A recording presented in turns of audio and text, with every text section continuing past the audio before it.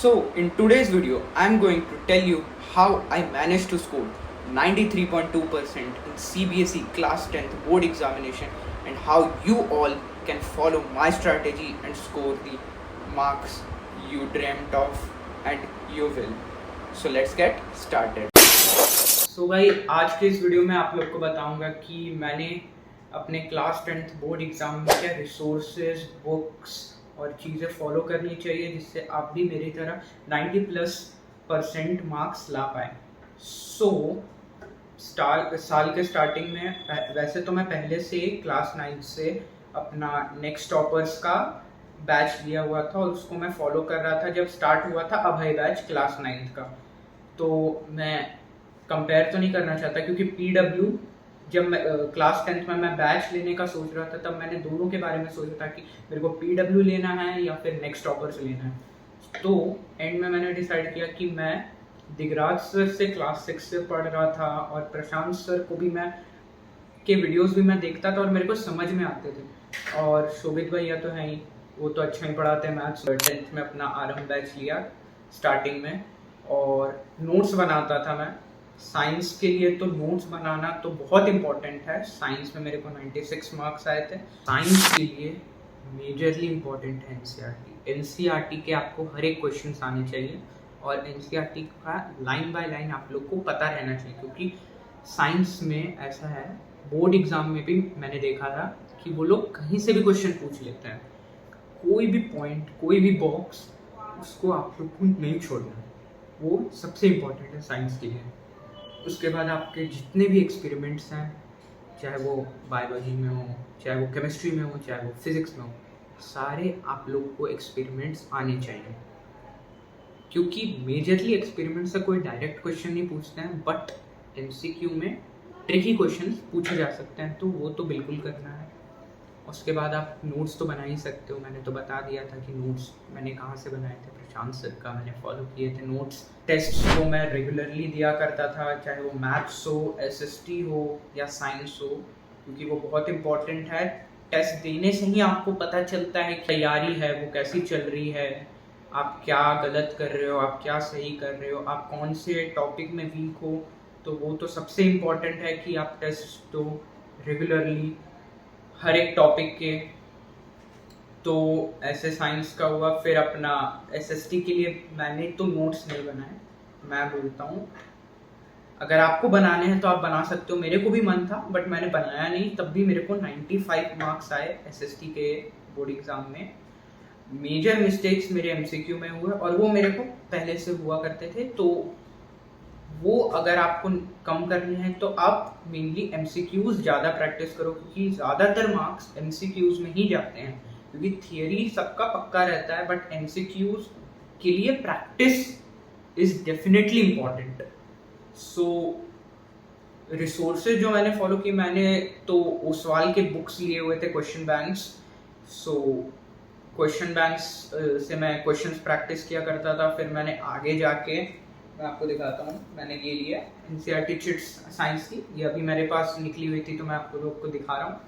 तो ये बुक से भी मैंने बहुत प्रैक्टिस किया। इसमें शॉर्ट नोट्स थे, मैंने जो बनाए थे वो लॉन्ग नोट्स थे ना सर के क्लास से, जो मैं सर बताया करते थे। तो इसमें मेरे सारे नोट्स हैं, एवरीथिंग अच्छे से बनाया करता था मैं नोट्स। ये बुक के मैं चिट्स और ये क्वेश्चंस तो इसमें मिलते थे मेरे को। मैंने ये एंड में लिया था जाके प्रयास एडुकार्ड का, बहुत बढ़िया बुक थी, बहुत मदद किया मेरे को इसने। सो इसमें कुछ कुछ क्वेश्चंस थे जो बहुत ही हाई लेवल थे और कुछ कुछ क्वेश्चंस थे बहुत लो लेवल थे, मतलब ताकि आपका बना रहे कि हाँ आपका कॉन्फिडेंस लो ना हो, तो आप इजी भी क्वेश्चंस करो, मीडियम भी करो, हार्ड भी करो। तो इससे मैं मैथ्स, साइंस, सोशल साइंस और इंग्लिश, इसमें चारों थे, तो मैंने चारों इसी से प्रैक्टिस किए थे। एंड में शुरुआत में तो मैं क्वेश्चन बैंक से प्रैक्टिस किया करता था। मैथ्स के लिए मैंने आर डी शर्मा यूज़ किया। देखो आर डी शर्मा लेने को आप लोग ले सकते हो, नहीं लेना है तब भी चलेगा, बट मेन इंपॉर्टेंट है एनसीईआरटी। एनसीईआरटी आपका पक्का होना चाहिए एकदम हाथ पे। उसके बाद फिर इम्पॉर्टेंट है एनसीईआरटी एग्जाम्पलर। एग्जाम्पलर के क्वेश्चंस थोड़े से हाई लेवल होते हैं, तो एक बार आप अगर एनसीईआरटी में पक्के हो जाओ तो आप एग्जाम्पलर के क्वेश्चंस कर सकते हो। सो एग्जाम्पलर के क्वेश्चंस तो मैंने भी किए थे, लगभग सारे ही चैप्टर्स के मैंने एनसीईआरटी एग्जाम्पलर के क्वेश्चंस किए थे मैथ्स के। साइंस के भी अच्छे खासे क्वेश्चंस हैं जो आते हैं डायरेक्ट उठकर एनसीईआरटी एग्जाम्पलर के, तो वो भी करना ना भूले।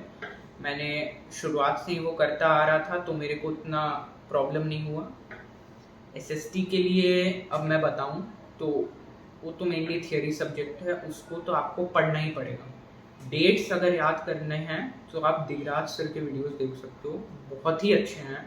उन्होंने एक वीडियो बनाया था जिसमें एक सीरीज में उन्होंने अपने डेट्स याद करवाए थे, तो वहाँ से ही मैंने फिर डेट्स याद किए थे सारे हिस्ट्री के एक सीक्वेंस में। हिस्ट्री ऐसा सब्जेक्ट है, हिस्ट्री सिविक्स हो गया, ज्योग्राफी हो गया, इकोनॉमिक्स हो गया, जब तक आप अच्छे से उसको रीडिंग नहीं दोगे, आप हर एक पॉइंट जो इम्पोर्टेंट पॉइंट है एसएसटी के पेपर में मेनली है कि आप जो इम्पोर्टेंट पॉइंट्स हो उसको मार्क करके आओ। मैंने भी मार्क किया था। एसएसटी के एग्जाम में हमेशा पॉइंट्स में आंसर लिखना है, पैराग्राफ में तो लिखना अवॉइड करना, क्योंकि पैराग्राफ में आप कुछ भी लिख दोगे वो टीचर के पढ़ने के लिए बहुत मुश्किल होता है। तो अगर आप पॉइंट्स में लिखोगे तो आपके लिए ही बेनिफिट होगा, तो पॉइंट्स में लिखना मत भूलना। और एसएसटी के एग्जाम में, एसएसटी का पेपर एमसीक्यूज तो इम्पोर्टेंट ही है, प्रैक्टिस करना, ठीक है। और इंग्लिश की बात हो गई तो इंग्लिश के लिए तो नेक्स्ट टॉपर्स में मैग्नोलिया मैम थी, जिनके रिकॉर्डेड वीडियोस हर सैटरडे संडे आया करते हैं। बट मैं जो हूँ वो अनुराग सर को, जो पीडब्ल्यू के हैं, उनको यूट्यूब पे फॉलो किया करता था। और डियर सर हैं, डियर सर को तो सभी जानते होंगे, डियर सर के वीडियोस मैं देखा करता था ग्रामर के लिए भी, और जो सारे स्टोरीज हैं उनके समरी के लिए। तो स्टोरीज में भी आप जब तक पढ़ोगे नहीं आपको समझेगा नहीं कि है क्या। सो उधर से मेरे को मदद मिला। ग्रामर का तो प्रैक्टिस अच्छे से करना। मेरे थे 5 subjects, English, Hindi, social science, maths और साइंस। मेरा ना एआई था ना आईटी, मैंने यही मेन 5 सब्जेक्ट्स में अपने मार्क्स स्कोर किए। अगर मैं आप लोग को बताऊं कि पीडब्ल्यू के कौन कौन टीचर्स से मैंने थोड़ा बहुत पढ़ा था, क्योंकि मैं मेजरली नेक्स्ट टॉपर से पढ़ता था। बट अगर कोई टॉपिक मेरे को वहाँ पे नहीं समझता था तो मेनली फिजिक्स के लिए आप लोग फॉलो कर सकते हो रक्षक सर को, बहुत अच्छा पढ़ाते हैं, उनके वीडियोस आपको यूट्यूब पे मिल जाएंगे। उसके बाद बायोलॉजी के लिए समृद्धि मैम बहुत अच्छा है, आप उनसे जाके पढ़ सकते हो यूट्यूब पे, या अगर आपने बैच ले रखा है तो आप उधर तो पढ़ ही रहे होंगे। और अपना फिर हो गया केमिस्ट्री के लिए आपको सुनील सर बहुत अच्छा है पीडब्ल्यू में, वो आपको अच्छे से एक्सप्लेन करते हैं, डिटेल्ड एक्सप्लेनेशन, मैंने उनका वीडियो देखा हुआ है, बहुत ही डिटेल में एक्सप्लेन करते हैं। तो अगर मेरे को जैसे नेक्स्ट टॉपर्स में कभी कभी कुछ डाउट हो जाता था, जैसे प्रशांत सर, अगर मेरे को नहीं उतना मेरे को समझ आया प्रशांत सर से, तो मैं उनके जाके वीडियोस देख लिया करता था।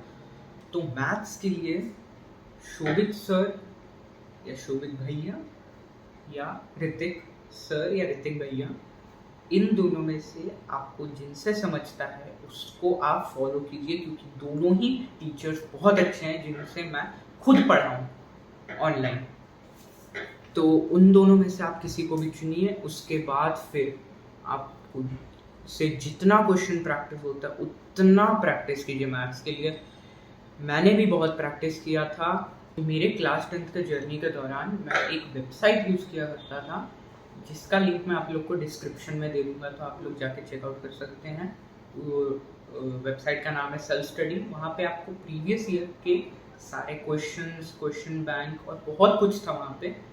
तो मेनली तो मैंने वहाँ पे प्रीवियस ईयर क्वेश्चंस और कुछ इंपॉर्टेंट क्वेश्चंस भी वहाँ पे आपको मिल जाते हैं पीडीएफ के फॉर्मेट में, जिसको मैं डाउनलोड करके प्रैक्टिस किया करता था, जिसने मेरे को बहुत ही हेल्प किया, और उनका ही मैं टाइमर लगा सेट करके फॉलो किया करता था।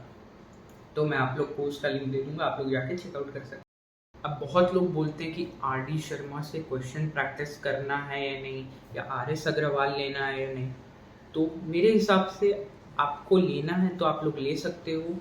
मेरे पास था आर.डी. शर्मा, जिनसे मैंने बहुत प्रैक्टिस किया, बहुत ही ज़्यादा, मतलब उसके हर एक क्वेश्चंस मैंने लगभग बना लिए थे आर.डी. शर्मा के। उसके 2 बुक्स आती हैं, एक एमसीक्यू बुक और एक नॉर्मल बुक, तो आपको लेना है तो आप लिख सकते हो। और वैसे मेरे पास क्वेश्चन बैंक भी था ऊसवाल का, मैथ्स का, मैथमेटिक्स स्टैंडर्ड था मेरा, तो उससे भी मैं क्वेश्चन प्रैक्टिस किया करता था। और बाकी अपना एनसीईआरटी और एनसीईआरटी एग्जाम्पलर था जिसके क्वेश्चंस सबसे इम्पोर्टेंट है, तो वो करना तो आप लोग बिल्कुल मत भूलिएगा। हिंदी के लिए मैंने नेक्स्ट टॉपर से ही लाली मैम को फॉलो किया था पूरे साल भर, बट हिंदी में मैंने उतने लेक्चर्स नहीं देखे थे क्योंकि हिंदी के लिए आपको पढ़ना बहुत इम्पोर्टेंट है। मैंने बताया मेरा हिंदी कोर्स भी था, तो उसमें मेरे 2 बुक्स थे स्टोरीज़ के, तो उन दोनों से एक एक स्टोरी आप लोग को पता रहना चाहिए। और लेखक का नाम तो सबसे ज़रूरी है, वो तो आप लोग को याद रहना चाहिए, ताकि आपका अगर आप क्वेश्चन को प्रेजेंट करोगे एग्ज़ाम में तो आपको वो जो एग्ज़ामिनर है उसको आना चाहिए कि हाँ ये बच्चा कोई तो है, उसने एक एक पॉइंट लिखा हुआ है कि लेखक का नाम क्या है। हिंदी के लिए इम्पोर्टेंट चीज़ हो गई। उसके बाद ग्रामर के लिए तो आप लोग कोई जो भी हिंदी का कोर्स बी का बुक मिलता है क्लास 10th का, उसको आप फॉलो कीजिए और उसको अच्छे से पढ़िए ताकि आपको हिंदी में कोई प्रॉब्लम नहीं। Hindi is a scoring subject. Hindi में आपको ऑप्शंस मिलते हैं कि जैसे 5 क्वेश्चन दे दिया तो उनमें से कोई 4 करने हैं, तो आप उसमें चूज़ करके अपने हिसाब से कर सकते हो। बट हिंदी का ग्रामर इज़ वेरी इंपॉर्टेंट, और हिंदी के स्टोरीज वो तो सबसे इम्पॉर्टेंट है, उसके बिना तो चलेगा नहीं। उसके बाद हिंदी और इंग्लिश दोनों में, इंग्लिश में तो क्रिएटिव राइटिंग हो गया, हिंदी में रचनात्मक लेखन। रचनात्मक लेखन में आपको अनुच्छेद आना चाहिए, फॉर्मेट पता रहना चाहिए, अनुच्छेद कैसे लिखते हैं। फिर अपना आता है पत्र लेखन। पत्र लेखन का फॉर्मेट बहुत इंपॉर्टेंट है, उसके एक एक नंबर मिलते हैं। सो थैंक यू गाइस, आज के वीडियो के लिए बस इतना ही। अगर आपको आगे हर एक सब्जेक्ट पे थोड़ा और मेरे तरफ से एक्सप्लेनेशन चाहिए तो उसके लिए मैं एक वीडियो रिकॉर्ड कर दूंगा। बट मेरे हिसाब से मैंने इस वीडियो में ही आप लोग को हर एक सब्जेक्ट के बारे में स्ट्रैटेजिकली बता दिया है कि क्या करना है, कैसे करना है। तो मिलते हैं नेक्स्ट वीडियो में, तब तक के लिए बाय।